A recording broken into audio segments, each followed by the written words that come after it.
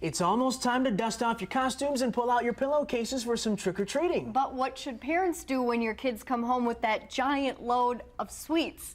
Meriter pediatrician Kathryn Cahill joins us now with a pretty unique idea that you said this is the first time it's ever been done. This is the first time we're doing it at our clinic. Explain what's going on here. So at our clinic, the Saturday after Halloween, we're inviting all of the kids in the community to bring their extra Halloween candy and trade it in for a fun, healthy treat.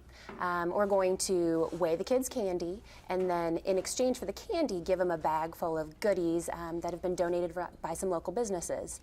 And then in exchange for their candy, we're going to enter their names into a drawing for some pretty cool stuff.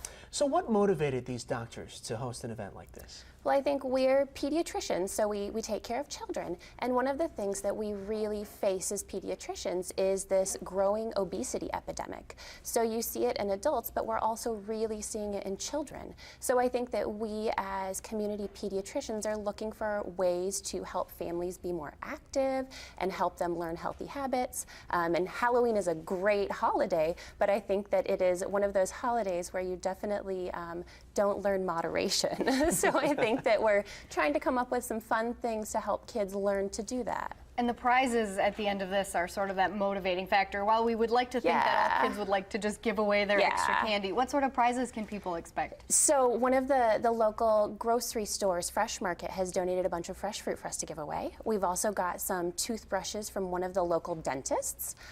We've got some little playing cards from the zoo that they've given to us. Some coupons from different groups in town that do kids' activities and things like that. And that fruit tastes just as good as the candy, kids. Well, I mean, let's talk about the effect of sugar on these children's bodies. What's happening when you have all that sugar? So I think that the sugar can really more or less make them not want to eat healthier foods. So I think the sugar isn't bad in small amounts, but when you get kids who eat a little bit of sugar, their blood glucose, which is the sugar that's in their blood, goes way up. They get kind of excited and happy, really energetic, and then they crash down. But then because they've gone up and they had that really euphoric feeling, they often want more and more and more. So it ends up snowballing. We'd rather them eat something healthy like an apple or some good food. Real quickly though, do you have can you quantify how much candy is good on the night of Halloween? I think that parents really have to use their judgment. We don't want to deprive kids at all, and Halloween is a fun event. And I think that if parents can pick out a few pieces of candy or help their kids pick out a few pieces of candy, that's something that is totally reasonable.